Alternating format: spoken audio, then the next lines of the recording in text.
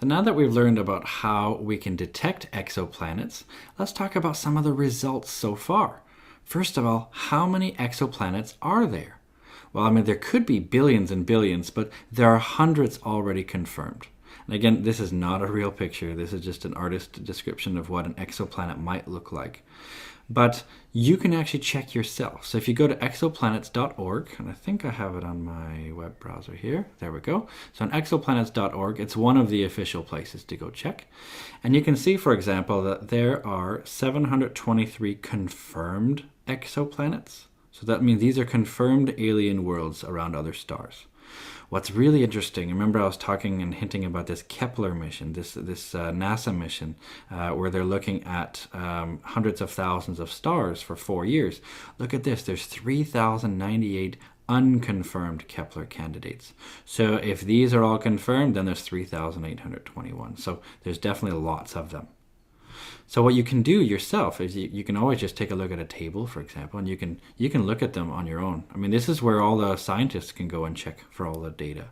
So you can see, for example, here, if I can choose, I want transits, which we talked about, or RV. That's the radial velocity method. That's the one using Doppler method. So you can check that out, or hot Jupiters.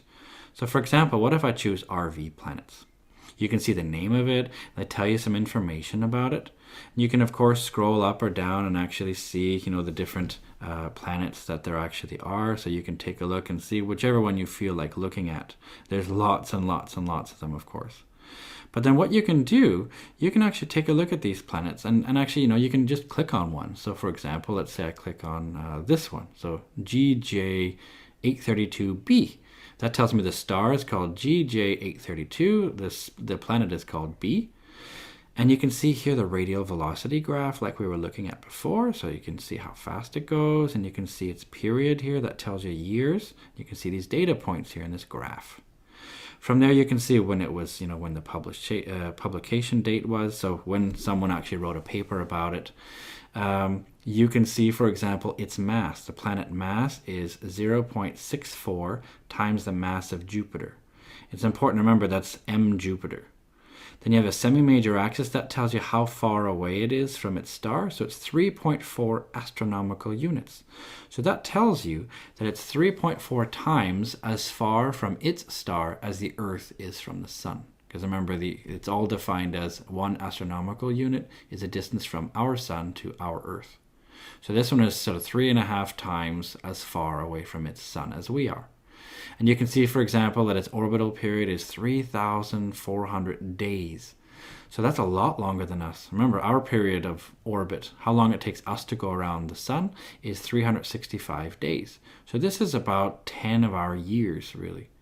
And you can see some other information like the star name. You can see the mass of the star and how big it is. And you can find out all sorts of information if you feel like it, including the coordinates. So if you know where to look in the sky, you can actually find it. You can even see the distance to the star is 4.9 or 5 parsecs. And 1 parsec is a few light years. So this is, I think it's 3.26 light years. So this is about, what's that? About 15, just a little bit more than 15 light years away. So you can always figure all this stuff out. This is where all the real data is. You can, of course, take a look then at the published paper and find out all the details you could ever want to know about this stuff, if you want to get into the technical details. But of course, if you're not interested in that, it's just a nice place to actually go and look, and you can see all the different information of how many planets have been confirmed. You can see there's lots of these unconfirmed Kepler candidates. I think it's really cool if we click on that, for example.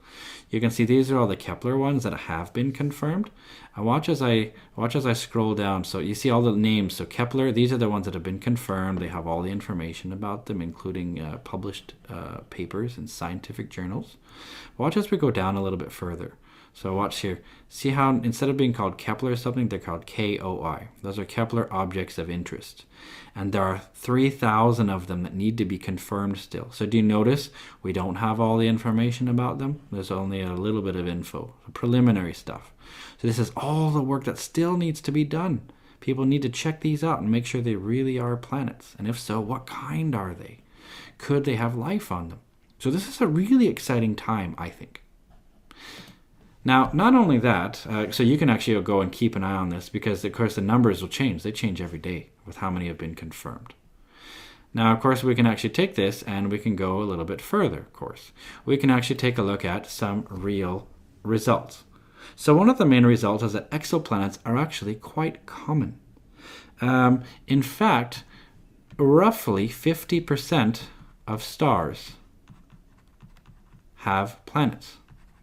So that's roughly what we find now. So again, these are preliminary results. We won't know the true results until we've really looked at all the stars, and I guess we never really will. But this is sort of telling you at least what it's looking like so far. Again, these numbers could change, but for right now it's looking like about half of every star, in fact maybe a bit more, but about half of all stars have planets, which is really encouraging, I think. In fact, a lot of them have multiple planets. Okay, so many have more than one, and that's why I chose this picture.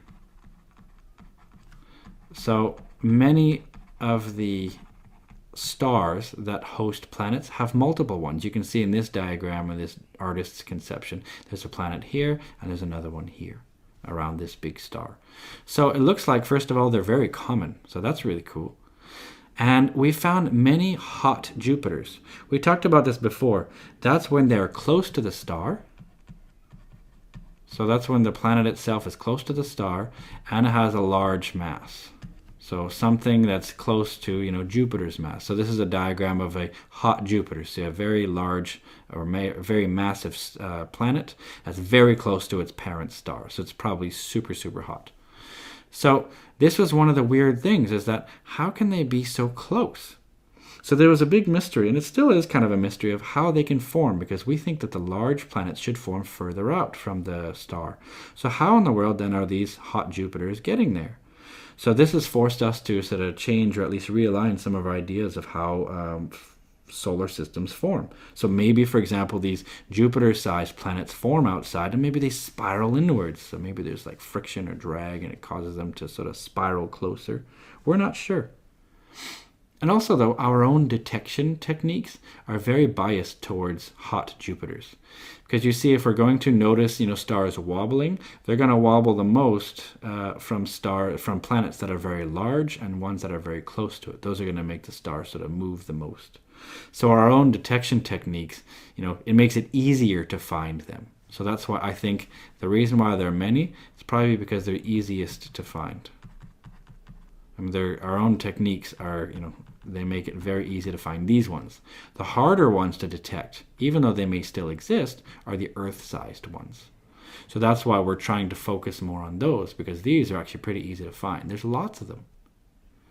Now, another thing is that there are lots of Earth-sized exoplanets. This, by the way, is a real picture. It's of a telescope with the Milky Way galaxy going across here. This is our own galaxy we're looking at. Remember, we're looking at the core of our own galaxy here. But there are lots of Earth-sized exoplanets. In fact, roughly, this is a nice number here, roughly 17% of stars